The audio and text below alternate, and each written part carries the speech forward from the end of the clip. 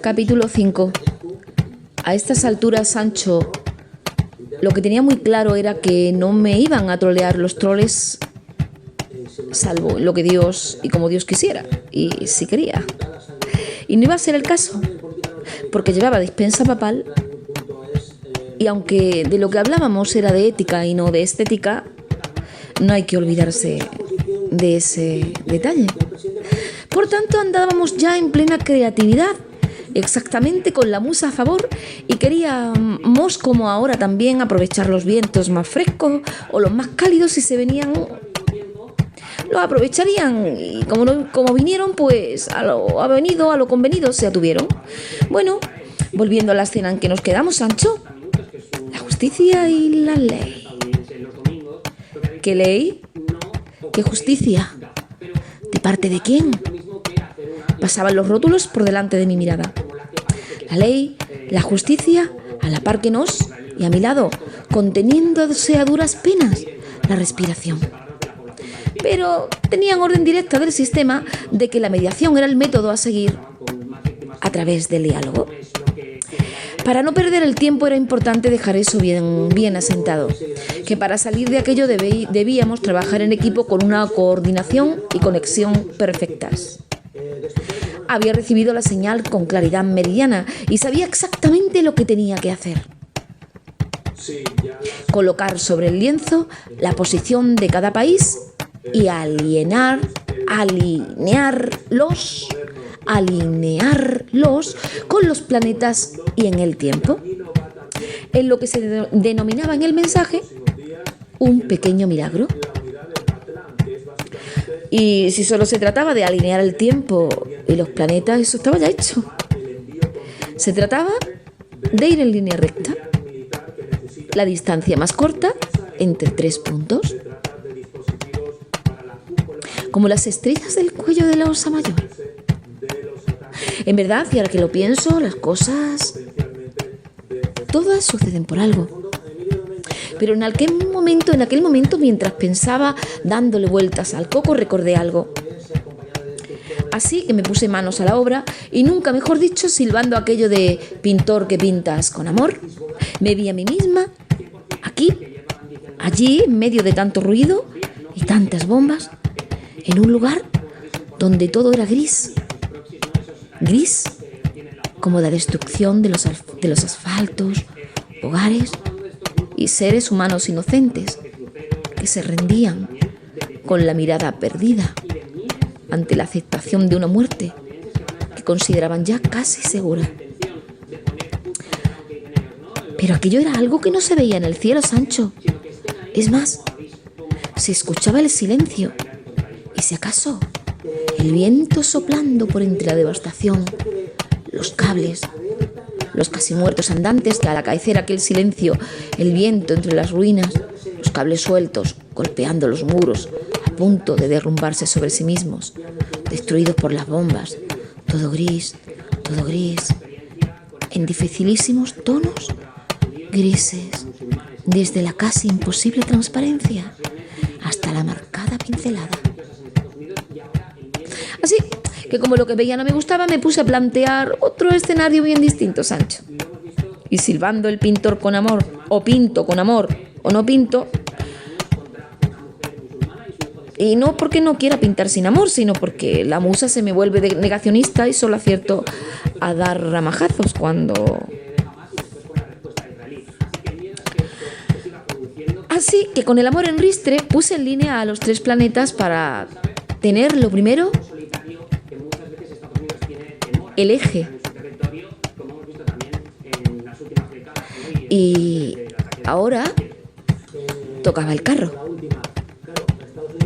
Me quedé mirando el cielo, Sancho, y pensé que el carro era muy pequeño. Así que de alguna manera había que buscar y rebuscar en el tejado alguna página que estaba por allí seguro y que debía leer o no había leído bien. Algo que se me había escapado en el olvido. Estaba convencida de eso. Al fin lo localicé. Allí estaba, cubierto de polvo, un cristal del tiempo. Un recuerdo. Fue entonces que me di cuenta de que el carro no era tan pequeño, sino que estábamos muy lejos. Así que decidí medirlo desde lejos con el pincel y, calculando lo poderoso y fuerte que era el eje, el pincel, como tomando vida propia, inspirado por la musa, se dispuso a dibujar sobre aquel lienzo aquel precioso arco iris que apareció de la nada bajo la suave lluvia que caía del cielo y que con la ayuda de los rayos del sol conformaban un pequeño milagro en medio de tanto entorno gris. Y eran tan espectaculares sus colores que comenzó a mojar en ellos y a trasladarlos al lienzo desde la transparencia casi imposible hasta la pincelada más marcada. Lo mejor del pequeño milagro fue que todos los allí presentes, hubieran subido o no al carro, lo pudieron contemplar. Y quedando extasiados ante tanta belleza, no pudieron hacer otra cosa que rendirse a la emoción sin poder articular palabra. Pues en el cielo no había ni una nube y llovía, sino en la tierra nubes de escombros, de cenizas, de muertos. Pero en medio de la devastación, el arco iris. Alto es el cielo, de Manuel Moya, para Rafael Vargas. Alto es el cielo, no para el que vuela más allá de las nubes, ni para el que en él encubre su miedo o su arrogancia, sino para quien se atreve a mirarlo con ojos de inocencia, como acabado de hornear. Alto no es quien desde el promontorio mira a quienes pasan por debajo, o el que desde la gran muralla observa el horizonte y juzga que todo está a sus pies, sino el que nunca baja la mirada ante los hombres y jamás halla fango en sus manos. Alto es quien por la calle va dejando vivas y frescas amapolas, y la luz de sus ojos reparte entre los hombres, no quien habla alto, ni el que a muchos habla, ni el que imparte doctrina,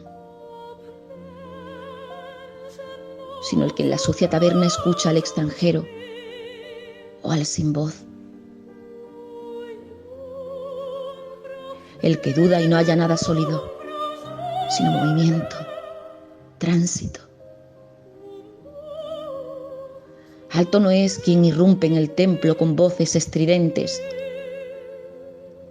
sino el que en él, ensimismado, escucha su voz que surge de una grieta. No es alto el músico porque al sonar el instrumento a todos complazca y de todos se sepa admirado, sino el que al tomarlo siente cómo en él vibra el mundo y en sus dedos la nada del aire se llena de sentido. Pájaros que vuelan hacia el norte, nimbos tejiéndose en la aurora. Alto el que se entrega, el que se da, el que lleva siempre a un niño arrullado en sus ojos, el que se rinde por amor, el que por amor destruye el palacio, el que perdona, el que al llegar a casa, secándose el sudor, exclama: bien estuvo el día, lo he vivido.